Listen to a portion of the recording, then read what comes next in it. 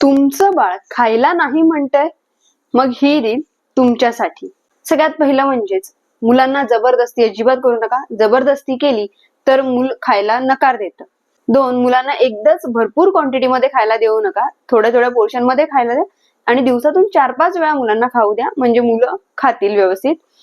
तिसरं म्हणजेच मुलांना स्क्रीन समोर बसवून खायला देऊ नका. बरेचदा पालक असे करतात की मुलांना स्क्रीन लावून देऊन मग खायला देतात, तर त्यामुळे मुलं काय खातायत हे मुलांना समजत नाही. 4, जेवणापूर्वी मुलांना लिक्विड पदार्थ देऊ नका, जसं की सूप, दूध, ज्यूस. हे दिल्यामुळे मुलांचं पोट भरल्यासारखं राहतं, त्यामुळे मुलं जेवणाच्या वेळी जेवत नाहीत. 5, मुलांचं एक रुटीन सेट करा. जेवणाची एक वेळ फिक्स करा, त्यावेळीच मुलांना जेवायला द्या, म्हणजे मुलांना तशी जेवणाची सवय लागते. 1 ते 2 वर्षाची मुलं जेवणासाठी कुरकुर करतात, हे नॉर्मल आहे. व्हिडिओ आवडला असेल तर लाईक करा, शेअर करा आणि कमेंट करा. प्लीज लाईक करा. लाईक केला तर मला समजेल की तुम्हाला व्हिडिओज आवडतायत. थँक्यू.